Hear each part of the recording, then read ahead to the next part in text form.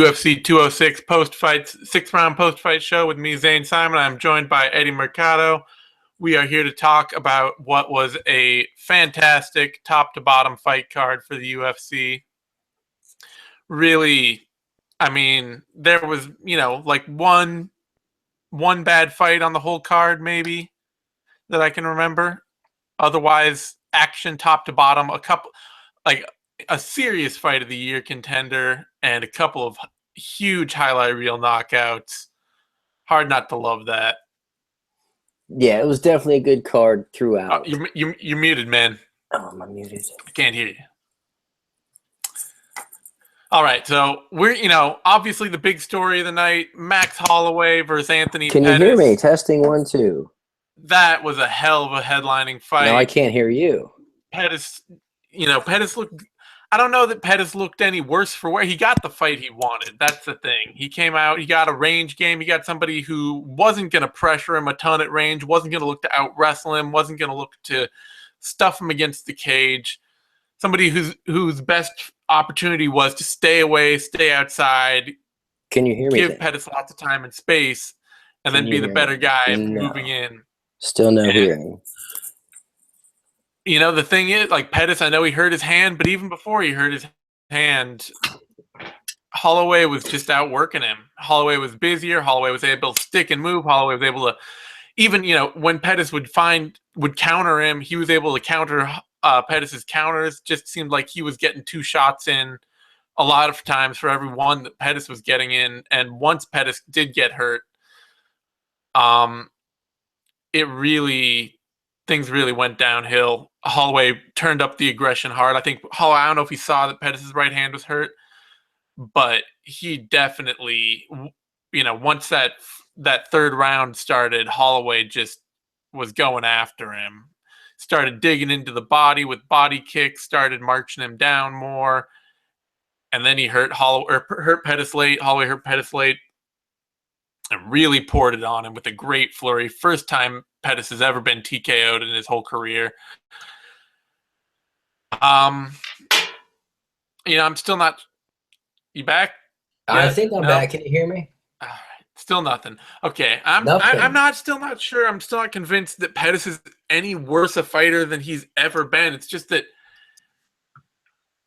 any different a fighter than he's ever been. And after a while, dudes start to figure that out. They've seen you. They've seen all the tape. They've seen how you react to things. They've seen your setups. They've seen how you engage. And there's enough tape out there that they can go in. They can say, okay, I know what to prepare for with Anthony Pettis. And that preparation... Nothing at all. Didn't you? You were doing fine before you plugged your mic or your earpiece in. Is it that? I was using this the whole time. Can you hear me now? I can't hear anything you're saying, so it doesn't help me when you're talking at me. Anyway, so I'm not sure. Pettis is just he hasn't been able to change enough. He hasn't been able to. Nothing at all. Still find enough ways to change his game up to make guys have to think about more than what they've already seen from him. It's not stepping in there and being like, oh my God, here's this whole new fighter that I haven't prepared for. And Holloway, on the other hand, I think that he keeps evolving. His striking keeps getting better and better, and he's able to play that range game. He's able to be so smart about his distance management, smart about picking his shots, smart about how he controls his range. Can you hear me now? And he's adding craft into that to make himself a more difficult fighter to face every time. I mean, it's a dramatic difference from the dude that fought Conor McGregor. So I'm really excited to see what Holloway has going forward. I'm excited to see him against Jose Aldo because I think, a big thing for me is, like with Anthony Pettis, is how many guys could potentially even think about staying outside against Jose Aldo and kickboxing him consistently. I mean, we've seen a lot of guys fighting Aldo who have lost to him, and you look at guys like Frankie Edgar, like Chad Mendez, like Ricardo Lamas, and they've all had to on their ability eventually to close Aldo down and try to take him down and try to control him, try to have a physical advantage over him inside. And maybe that would just be the case with Aldo against Holloway, that Holloway couldn't stick and move out there at range. He wouldn't be able to get his strikes off. Aldo would be too fast, would be too powerful. If that's not the case, it could be a really interesting fight to see where Aldo is, he's had criticisms of him in the past. No, I do not believe I have you muted in any way. Let me see. I'll mute you. Unmute you. I don't even know if I can unmute you now. Can you unmute yourself? There we go. I've unmuted now. What about now? Self. But I can't. I just remuted you again, so it's not helping any. You can unmute yourself, but you're not muted. I don't know what's going on your end. Yeah, that's weird. I don't know. Do you have a mic in your computer that you can talk through? Do you have to have your headset plugged in? Okay, it's not in, and you're still not showing up. And you've gone through your audio options, changed it from all the different types of mic inputs it could be. Yes, and you hear nothing? Nothing. Roll through them, see if you can. I don't know what to tell you. Nothing still. But I'm interested to see what Holloway can do against Aldo. I'm interested to see if Holloway can play a range game against Aldo that maybe Aldo hasn't seen since, like, Young and Mark Hominick, and I don't think that Young or Hominick are nearly as technical as. No, okay, try talking. I'm talking. Okay, I just had my volume way down. So you had your volume down, asshole. Like, I have the green dots and everything, and I'm like, there's no way. Like, I was just talking to you, like, before the show. Crazy. I'm going back to the headset. Here we go. All right. Can you hear me? Oh, fucking god damn it. Are you here? Hold on now. All right. Talk to me, because I fucked this up. Now you're frozen. You are not being kind to me here. Damn it. Okay, we just lost him. This is a shit show.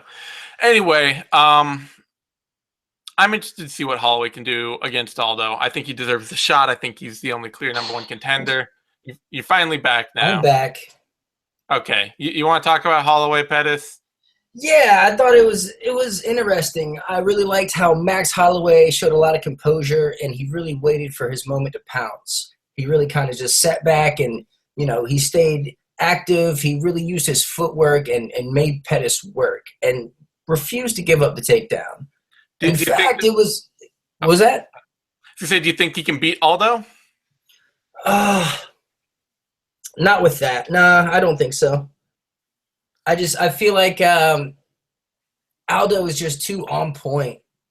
He's too fundamentally sound, in my opinion, whereas Pettis has a lot of flash to him. And although Pettis was throwing his jab, which I don't understand why he doesn't do more often, because that thing was landing.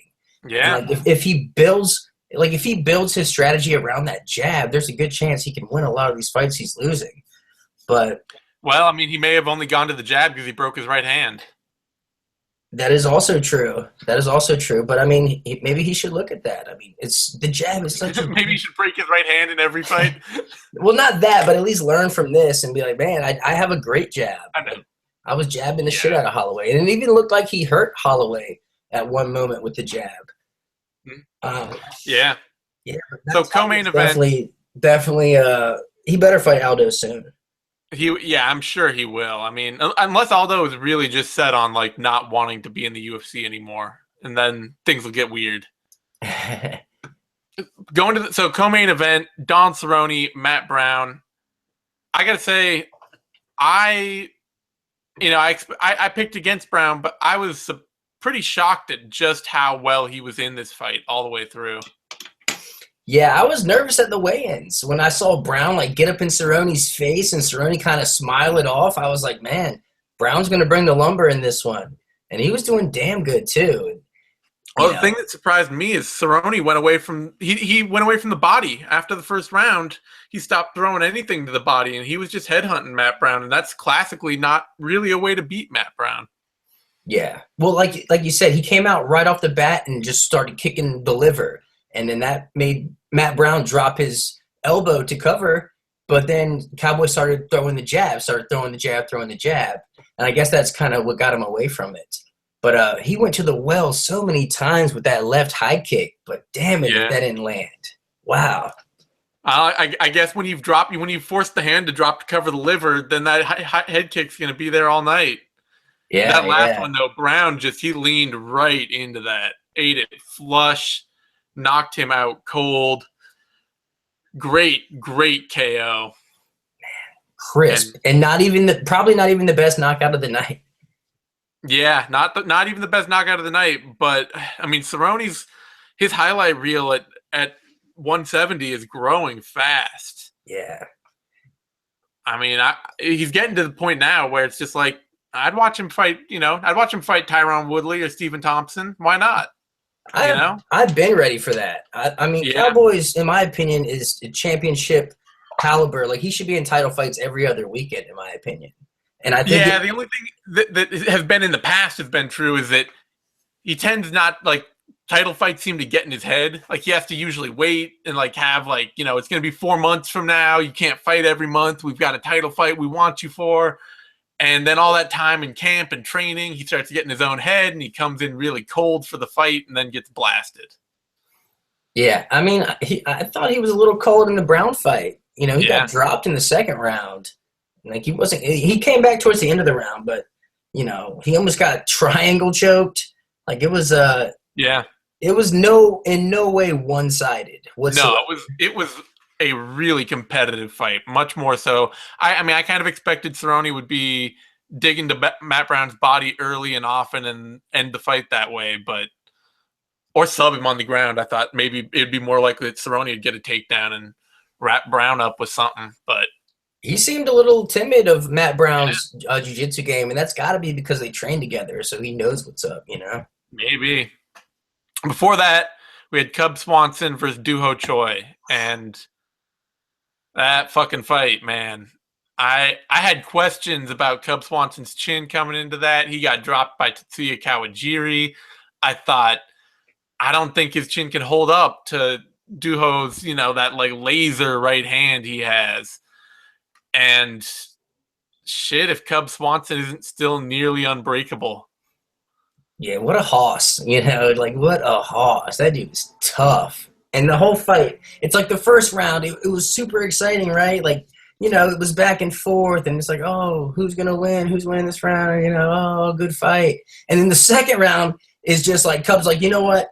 Fuck this. I'm going balls to the wall. And Doo-Ho Choi obliged him, and it was one of the best fights I have ever seen in my entire life, and I have seen a lot of fights. Like I was feeling emotional from the fight. Like it was that good. Like it was excellent. Fight of the year, in my opinion, for sure. It was, and I mean that a lot of that too. You got to take, you gotta put that down to Swanson's corner, saying, "Look, this kid cannot take being pressured.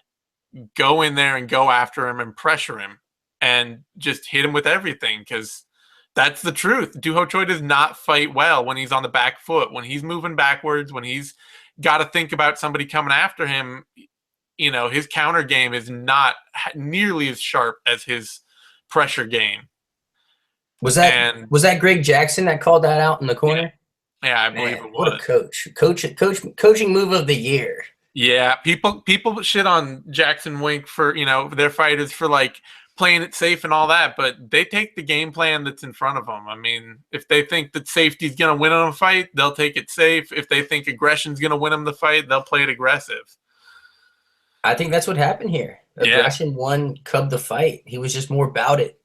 But I got to say, that's nothing to take away from Doo-Ho on that unless he loses some brain cells. That's the only that's the only downside for him, because like, you can't watch that fight and be like, oh, that kid, another prospect wrecked, hype train over. Like, I want to see that guy fight every weekend. Yeah, and definitely solid competition. His stock rises. He is now a top 10 fighter. Like he's approaching top 5, you know? Yeah, I mean, that's an insane war, and I can't wait to see more of it. So, and great for Swanson too, because it really reasserts why he's been still ranked as a top 5 guy without any wins. It would really, like, what really cemented his stock as top 5 before this was a decent but not great showing over Jeremy Stevens, where Stevens broke his hand early and Cub Swanson was able to pull out the later rounds for a win. But this is really more like a cementing, like, Swanson's still a dude that you gotta, you put him in big, good fights at the top of cards and he'll perform for you. Yeah, I mean, look who he lost to. Max Holloway, Frankie Edgar. There is no shame in that. Those are champions, by the way. World champions. I mean, he's won 3 in a row now in the featherweight division. Like, I remember he was, like, contemplating retiring, and now he's on a 3-fight winning streak. So have to wonder, too, if maybe his face will go back to being numb after this fight. Could be a big upside for him. Yeah.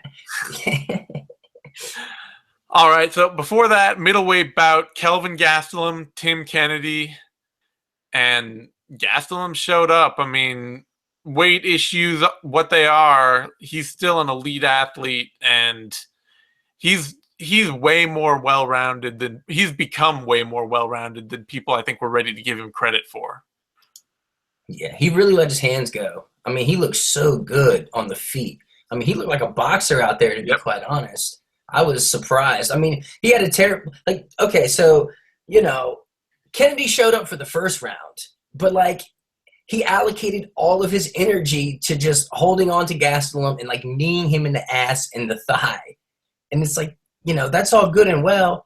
And Boss Rutan notoriously says, 2 or 3 good ones of those will end the fight. Like, nah, dude, like, not at this level, like, no one's getting TKO'd from a knee to the ass or the thigh. Like, I have literally never seen anybody get TKO'd from a knee to the hamstring, ever. Yeah. And I feel like he was trying to ragdoll Gastelum and thought he could just go in and steamroll him. And then, come second round, he's petered out and just starts eating jabs. And that's the thing is, his Kennedy stand-up style, he doesn't have the gas tanks to sustain that throughout, the entire 3 rounds. Like, I think he's gassed out in just about all his fights, at least lately. Not that he's been fighting lately, but part of it, I think, is, and because Kennedy, obviously, the dude has. If you're talking about extreme situations in combat, Kennedy has seen some shit. We get that, but fighting in a war has to be fundamentally different than fighting somebody in a cage. Like, these are not the same things. Being a soldier and being an MMA fighter, they do not run on parallels of success. For sure. People who are just like, oh, Kennedy, he's been like a sniper. He's as tough as they come. In the cage, he has a tendency to get frustrated. And when he gets frustrated, I think he starts to dump and he starts to gas and he starts to fight frustrated. He starts to fight emotionally. Guys can get in his head if they don't let him get his game going. Yeah. And you can see later on where Gastelum would pull him to the ground and Kennedy was just like sitting on the ground. You could see it in his face and he's just like, fuck, this is, this shouldn't be happening to me right now. And you don't want to fight like that. You don't want to be in there getting mad and letting the other guy get to you. Yeah. I wonder if he was sleeping on Gastelum and thinking, this is a true welterweight coming up, or coming up to middleweight because has discipline issues. Maybe I can go out and just embarrass this kid. And, kind of the opposite happened. Kennedy looked like shit. Kennedy's also, he was talking too about like, it's title run or die for me in my career going forward. Yikes. And so you got to think that he's being, he had that kind of confidence going into like, I am on my way to winning a belt right now, tomorrow, or I'm not fighting. Like, that's it. And it'll be interesting to see if he holds to that because he's not on title run now. Nah, and he was out for 2 years. Yeah. Like over 2 years. Yep, it's been a minute. Before that, Emil Weber Meek, Jordan Meehan, and you want to talk about dudes getting in a fighter's head. Meehan just shut down after the first round. Like, that fight got hard. Meek marched through all of Meehan's shots because Meehan was landing good, clean shots early in that fight. Yeah. But Meek just walked him down, did not go away. And the moment that Meehan realized Meek wasn't going away, he just kind of stopped. Like, he wasn't in it. I feel like Jordan Meehan has this schizophrenic style. I feel like, it's like you said, he was landing these beautiful combos. I mean, look, phenomenal. Like, who is this guy, right? But then, like, he just, like, doesn't maintain that focus. He's like, I'm going to have, like, 5 seconds of this intense focus, and you're going to see this brilliant, display of technical prowess. And then he'll just, like, drop his hands and walk backwards and be like, that was fun. What's going to be, like, the next thing? And it's not a sustained, focus. And I think that's his downfall. Well, and I think it's kind of just like, there's this whole weird thing about guys who start in their teens and they fight a ton early and they fight a ton out of a small camp and they get all these weird habits ingrained before they can get, without getting really good coaching. And by the time they're in their mid-20s and people are like, oh, this kid's going to be good forever. And you're like, man, they have a lot of miles on them already. They have some funky habits that they are never going to get rid of because they learned them young. And, we see this with a lot of young fighters who people are like, this kid's going to be great for 20 years because he started when he was 17. And by the time they're 30, they're done. And I really have my eye on AJ McKee in that respects. Yeah. I want to see how he's going to do with all that. But how about Mech, though? I mean, he did pretty good, man. He showed up in his UFC debut. Feel like a lot of pressure being on a main card on a pay-per-view in your UFC debut and being as composed as he was. I mean, he showed everything. He nubbed. Dude fights like a techno Viking on PCP. I mean, you got to respect that. Like, there is no quitting him. You can hurt him as much as you want. He can be as broken as possible, and he will just keep running after you, keep throwing anything and everything all the time. And he's a pretty decent wrestler and grappler, which makes up for a lot. Yeah, absolutely. And he's a fan favorite. I mean, he's got good mic skills. He's got a little Conor McGregor in him. You know what I mean? Yeah, no, I'm excited. He's a fun dude going forward. I underrated him. I think I mostly underrated for a guy who's he's powerful and he's athletic, and that's obvious, but I really underrated how much tenacity and how much toughness he had to just, like, whatever's coming at him, he is not about to stop coming after you. And really, I felt like what this fight came down to entirely was who's tougher, Mech or Mean, and it was Mech all the way. Yeah. Mean quit after that first round. He was done. Yeah. He looked like he just didn't want to be there. Yeah, he really did. Before that, we had a light heavyweight bout to end the prelims. Misha Serkinov, Nikita Krylov. Fun fight. Only one round, a lot of back and forth action. Club and sub win for Serkinov, who is on his way towards...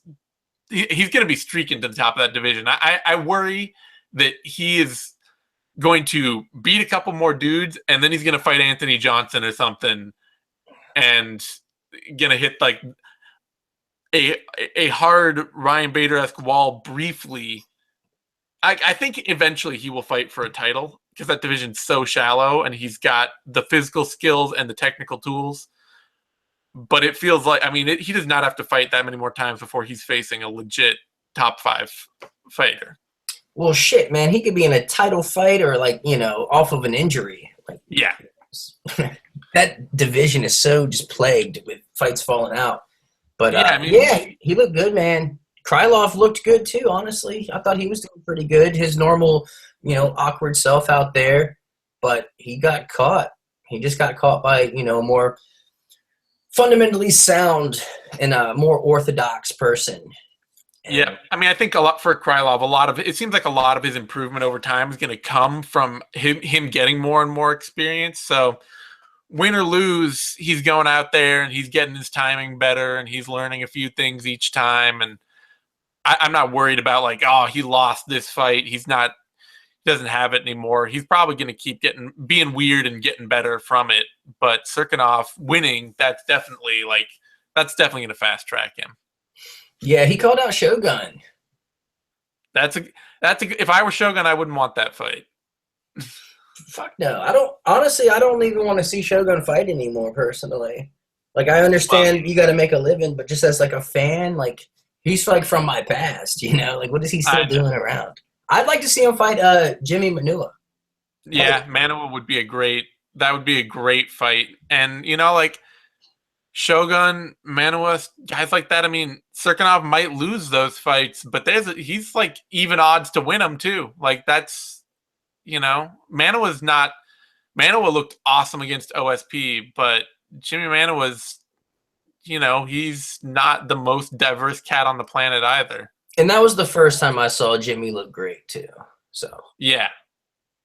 So, you know, just taking everything off one performance and being like, oh, Manua would absolutely like kill him. He might, but two guys who like you're at such a short jump to the title at 205 and to the top of that division. So you got to take some of these big fights, and they're not impossible fights to win. Guys like OSP, Jimmy Manua, Shogun, these are not impossible people to beat.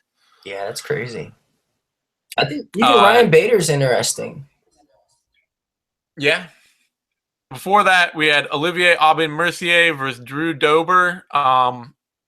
That was a really fun fight. I was surprised at how fun that fight was for a fight that Olivier Aubin-Mercier won. Usually when he wins, it's kind of like, yeah, okay, you out-grappled him for a round and a half or for 2 rounds and then got a sub.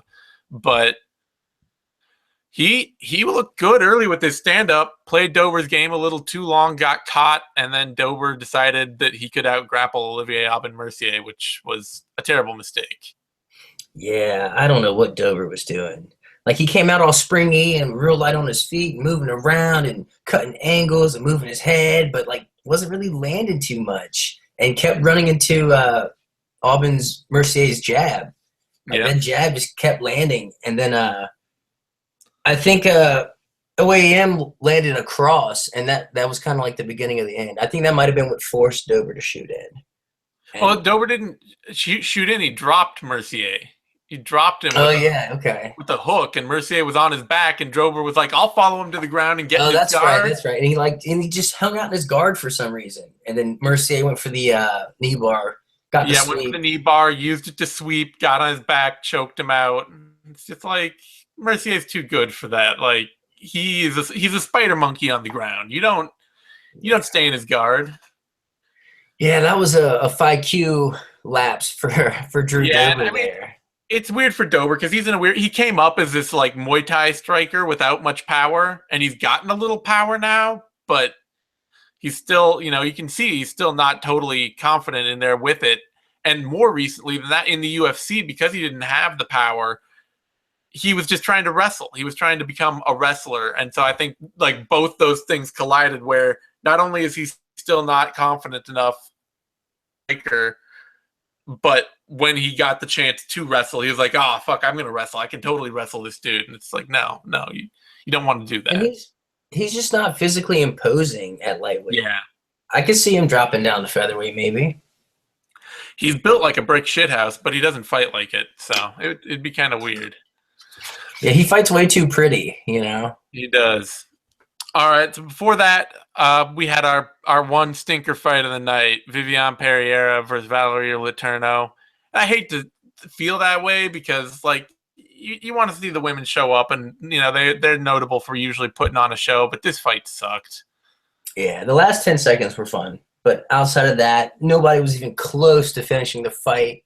No one was close to being hurt or rocked or anything. Letourneau started strong. She got like the takedown off a kick, landed a few hard shots, and then just went away. And honestly, I know people out there were arguing the score. They're like, oh, Letourneau should have won that. She landed more. She did a little more and all that. And it's like, first of all, nobody won that fight. So if you're arguing about that, who won that fight, you got better things to do with your life. I swear to God. And you got some free time on your hands. Unless you bet on it and you're bitching about that, then that's what you get for betting on that fight. Yeah. No.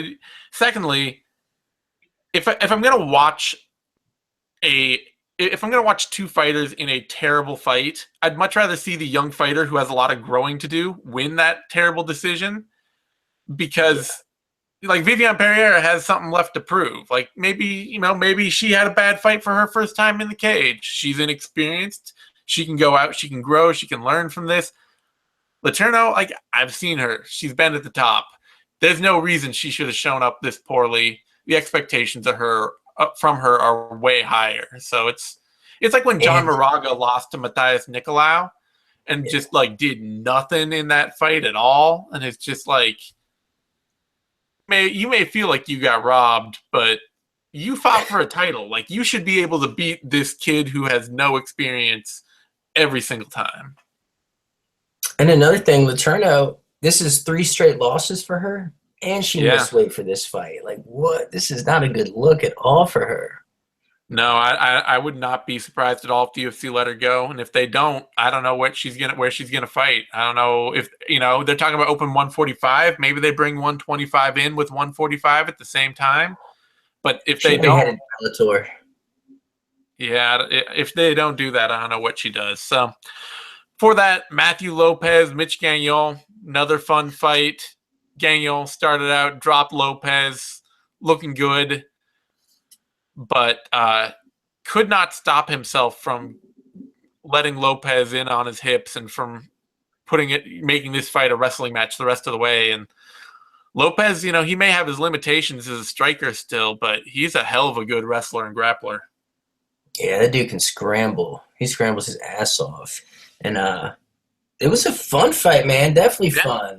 Lopez definitely gave up that first round. Definitely got a little too crazy, got dropped. And honestly, the ref could have stopped that fight in the first round, and I would have been okay with that. I'd have been like, oh, yeah, Gagnon just came out and did his damn thing. Like, okay. But, I mean, for whatever reason, the ref let it go. He must have had a feel for Lopez being tough as nails. Somehow weathered the storm, found top position, and really just pushed a crazy pace that Gagnon was not ready for, especially coming off a 2-year layoff. That was tough to deal with for him. Yeah, and I think, too, that it's the same kind of thing that it's one of the things like we saw it earlier in the fight, too, with Makovsky-Ortiz, where Gagnon was obviously the better striker than Lopez when they were standing. Mm-hmm. His striking game is in no way predicated on the idea that he needs to actually stay up or stay outside. Like his striking game is like, okay, I'm going to land a bomb and wade in on you and get the clinch and shoot a takedown and be this overwhelming power dude. And so even when he'd have like 10 seconds of success on the feet, he'd immediately let Lopez close him down and get into a scramble where he'd end up losing. And so, I mean, who knows with Gagnon? I mean, why has he been out? Do we know? He blew out his ACL, then tore his meniscus in rehab. Wow. And he can't get a U.S. visa because of legal troubles growing up. Okay. He was a troubled youth, and so he can only fight when the UFC goes to Canada or if they want to send him down to Brazil. Okay. Man, double knee issues. I mean, maybe that could be why he's not really good with range. He just isn't that mobile.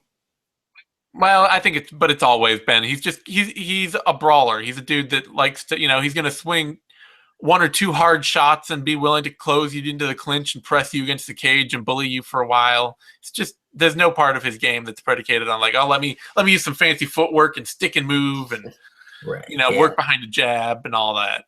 I like seeing Matthew Lopez training with Trevor Whitman and Justin Gaethje in them. Yeah. I think Whitman can really put some polish on his striking. And if Lopez gets polished on the feet, oh my goodness. Like, yeah, he's that's tough to deal with. And he's young. He definitely got some potential there.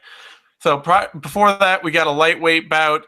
Lando Venata, John McDessie. Highlight knockout of the night. Unbelievable wheel kick KO. Venata absolutely showing up, putting all the hype. Like I hate hyping a fighter off a good loss. I hate it because you see somebody lose well, and then everybody's like, "Oh my God, you see how good they did in that loss?" It's like, yeah, but they lost that fight. I mean, I'm in the same boat, man. That's why I picked McDessie on this. I had that Joe Soto feel, from Venata. Like, yeah, okay, you got called in on early, short notice, and you showed up huge. You still lost, but you did extremely well against top competition. So, but fuck, this dude just set up this wheel kick like beautifully. Like, he played McDessie for a fool, and McDessie is a phenomenal striker. Like, that was just outlandish, completely outlandish and beautiful. I'm high on this guy. That dude got me high as balls. I'm just you're tripping out. Yep. Nah, and I picked Venata just because McDessie, unfortunately, like even against dudes he should beat lately, he has not been able to pull the trigger well enough. He's been getting predictable. And it also, it sucks for him, but being a range striker with super short arms, like that, the Chris Carriazo conundrum, that's a hard place to make a living. And McDessie, he's paid for it in his UFC career. Every fight, if he doesn't get a knockout, every fight is a struggle for him. Yeah, and that's just the way it is, man. Yeah, genetics. Like, it has its advantages in other aspects of the game, but his specialty is striking, and he's always at a reach disadvantage. And reach is one of the hardest things to overcome in striking, especially against kickers who want to kick him in the face. Yeah. So before that, we had Rustam Habilov, Jason Sago. Sago was in there. He was trying to do his game, but you can't really, Sago is a good wrestle grappler, and trying to be the better wrestle grappler against Rustam Habilov is not a way to win fights. It's just a bad style matchup for Sago. He had absolutely nothing for Khabibov. He couldn't hurt him on the feet, and he couldn't sub him on the ground. So I don't know about Sago. I think he needs to add a new wrinkle. Yeah, well, I mean, I think he can be a good, fun, action grappler and a tough test for guys. Somebody who, gets a lot of good, hard fights, who can scramble and be a challenge for a lot of dudes. But I don't necessarily see the athleticism there to bring him to the top 10 or the top 15. And I don't know that there's anything he can do to change that. Yeah. But Khabibov, he called out Kevin Lee, and Kevin Lee, he obliged. He went to Twitter and said, let's do this. So I'd love that fight, man, because that's off. And, that'd be a fun fight. That would be – and because Lee is athlete enough. Oh, yeah. Lee has some serious power behind his wrestling game. Yeah. So. And how about him? He just put to sleep a Dagestani, didn't he? And, he beat Magomed Mustafayev. Yeah. So, he put him to sleep. Yeah, that was a great fight. Before that, opening the show, we had Dustin Ortiz, Zach Makovsky. Surprising loss for Makovsky. Just got out-scrambled and physically overpowered by Ortiz, and that really surprised me, I figured Makovsky was the better wrestler. He's the better range striker, so, I figured he'd have the advantage outside, and then when they closed down, his wrestling game would take over. But he was the worst scrambler, and that made a huge difference. He was the worst scrambler, and he was weaker in the clinch. So if he couldn't get the takedowns, if he couldn't lead the wrestling, then he'd get he got ate up in the clinch. And even when he got the takedowns, Ortiz would just sweep him, end up on top, end up with a better position continuously all fight. And it turned Makovsky into a fighter where he had like